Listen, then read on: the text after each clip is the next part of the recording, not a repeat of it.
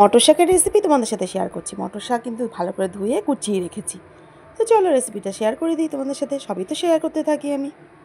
তো এখানে দেখো বাটা মাছ নুন হলুদ মাখিয়ে রেখেছি, আর হচ্ছে নতুন আলু আর শিম কেটে রেখেছি, আর লঙ্কা পেঁয়াজ কুচি, আর হচ্ছে নুন হলুদ। একদম অল্প ইনগ্রিডিয়েন্টস দিয়ে রান্নাটা কিন্তু আমি করবো। তো তেল গরম হতেই মাছগুলো কিন্তু আমি ভেজে দিচ্ছি। এই রান্নাটা সম্পূর্ণই আমি শিখেছিলাম আমার শাশুড়ি মায়ের কাছ থেকে। মটর শাক যেমন ভাজা খাওয়া যায়, তেমনি কিন্তু ঝোলও খাওয়া যায়। তো চলো তোমাদের সাথে গল্প করতে করতে শাক মাছগুলো কিন্তু আমার ভাজা হয়েই যাচ্ছে। এবার পরবর্তী ব্যাচের মাছগুলোও কিন্তু ভেজে নিচ্ছি আমি উল্টে পাল্টে। তো তোমরা কি এই রেসিপিটা কখনো ট্রাই করেছো আগে? ট্রাই করে থাকলে অবশ্যই কিন্তু কমেন্ট বক্সে আমাকে একটু জানিও বন্ধুরা। তো পরের ব্যাচে মাছগুলোও কিন্তু আমি উল্টে পাল্টে ভেজে নিলাম। তো সবগুলো মাছই কিন্তু আমার ভাজা হয়ে গেছে। এইবার তেলের ওপর দিয়ে দিচ্ছি আমি কেটে রাখা আলুর টুকরোগুলো। তোমরা তো জানোই যে আমি ইন্ডিভিজুয়ালি সবজি ভেজেই কিন্তু রান্নাটা করি। তো প্রথমে আলুগুলো দিয়ে দিলাম তেলের ওপরে। আলুগুলোকে জাস্ট একটু ভালো করে ভেজে নিচ্ছি।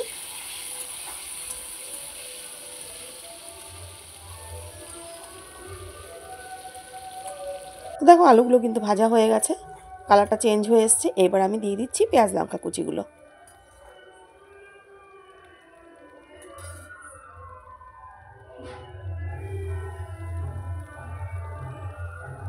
দিয়ে একটু হালকা ভেজে নিচ্ছি আমি।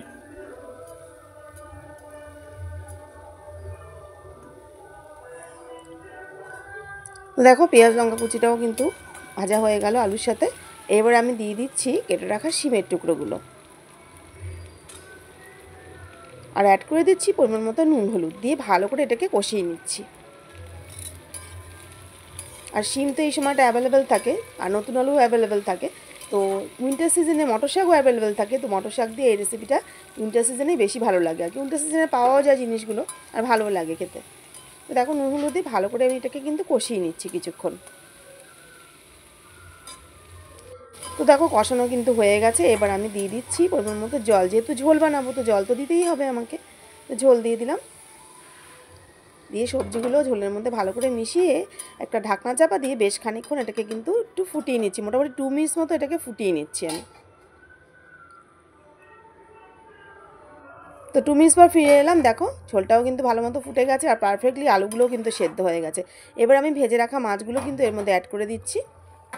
তো তোমরা তো বলতেই পারো আর কি, দিদিভাই তো শাক তো দিলে না এখনও পর্যন্ত। এইবার আমি শাকটা দেবো, কেন মটর শাক কচি তো কচি শাকই নিয়েছি এখানে আমি। তো এখানে তাই জন্য শাকটা কিন্তু কষিয়ে দিইনি আমি।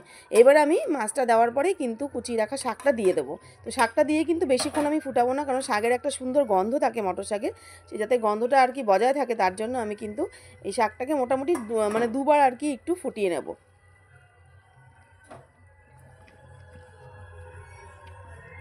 ভালো মতো শাকগুলোকে একটুখানি ঝোলের মধ্যে ডুবিয়ে দিচ্ছি। আর শাকের তো নিজস্ব একটা জল থাকে, তো ফুটলে কিন্তু আরও জলটা বাড়বে আর কি।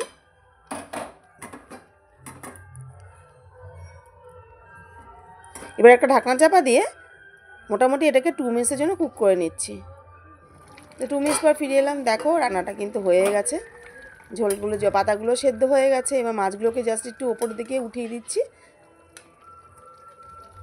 আর আলুগুলোকে একটু স্ম্যাশ করে যাতে ঝোলের থিকনেসটা বাড়ে, এতে টেস্টও হয় ভালো।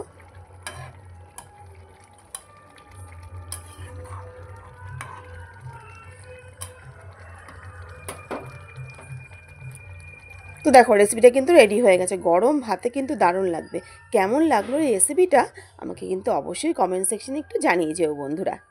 আর তোমরা অবশ্যই এভাবে একবার ট্রাই করে দেখো, আশা করছি তোমাদেরও ভালো লাগবে এটা। আর কেমন লাগলো সম্পূর্ণ রেসিপিটা আমাকে কিন্তু অবশ্যই কমেন্ট বক্সে তোমরা জানাতে ভুলো না। আর অবশ্যই তোমরা কিন্তু ট্রাই করো বন্ধুরা।